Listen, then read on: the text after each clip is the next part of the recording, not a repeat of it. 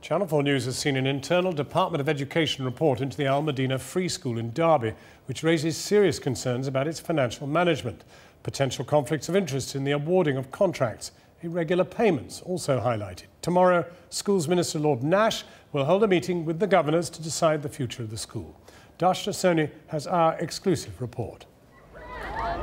Their parents chose this school in the hope they'd get a good academic education with a Muslim ethos. But al-Madinah has found itself caught up in controversy, in an ideological battle over the government's flagship free schools policy. The school has rejected any claims that it's trying to introduce a hardline Islamist agenda, after claims that non-Muslim teachers were being forced to wear the hijab.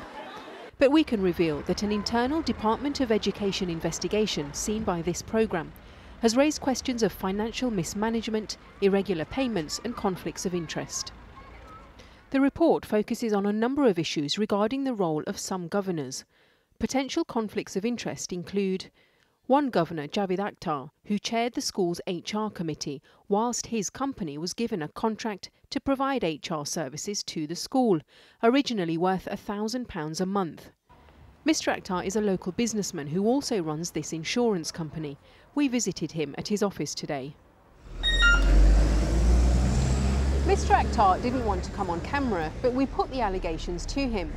He told me that it was true. For a time, he was a governor of al-Madinah school and chair of its HR committee. During that time, his company was being paid to run the school's HR department. However, he said that as soon as somebody pointed out this was a conflict of interest, he resigned as a governor. And there are other issues. Shaban Ramat, a former governor and director, was also given a paid job as director of facilities at al-Madinah. Mr Ramat has links with a company to which he has family connections, the same company which provides facilities management services at the school. That company was paid nearly £95,000. It won a contract partly because it could cater to the Muslim faith, even though this wasn't a requirement mentioned in the advert for the contracts. Mr Ramat didn't respond to any of our requests for an interview today. Some parents who support the school told me they're angry at the way the allegations have been handled, and they claim they've been targeted unfairly because they are a Muslim school. We don't think that this school has been treated fairly. I mean, if you think about other free schools or other academies, which are in special measures also, they haven't had even an ounce of the media coverage that this school has.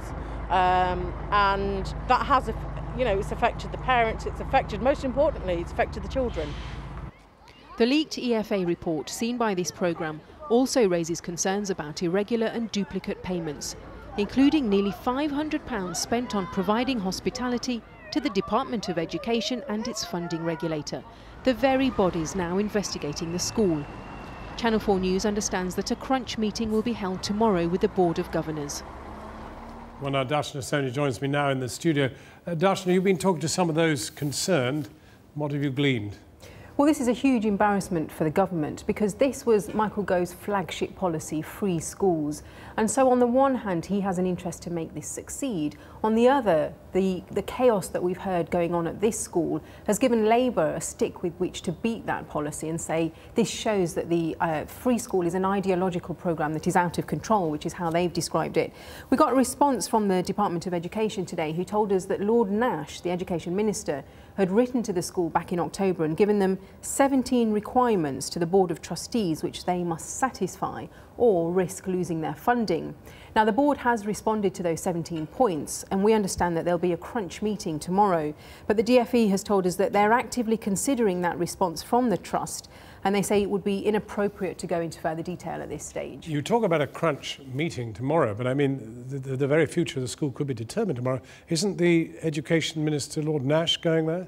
That's what's interesting about this meeting. We understand that the board has been told unless they all resign, the school could lose its funding. So in effect, the government has come up with a sort of compromise where they say the free school will be allowed to run, but only if it has new management. Now, the board have hit back at this very, very strongly. Privately, they have told me, John, that they are facing undue attention because they are a Muslim school and that no other free school has faced this unprecedented level of scrutiny. And what's interesting about these reports is that when you read read them, it doesn't actually mention accusations of any hardline extremists at all. The allegations against the school all centre around this alleged financial mismanagement. So although we heard, for example, that non-Muslim teachers were forced to wear the hijab, that doesn't come out in any of these reports.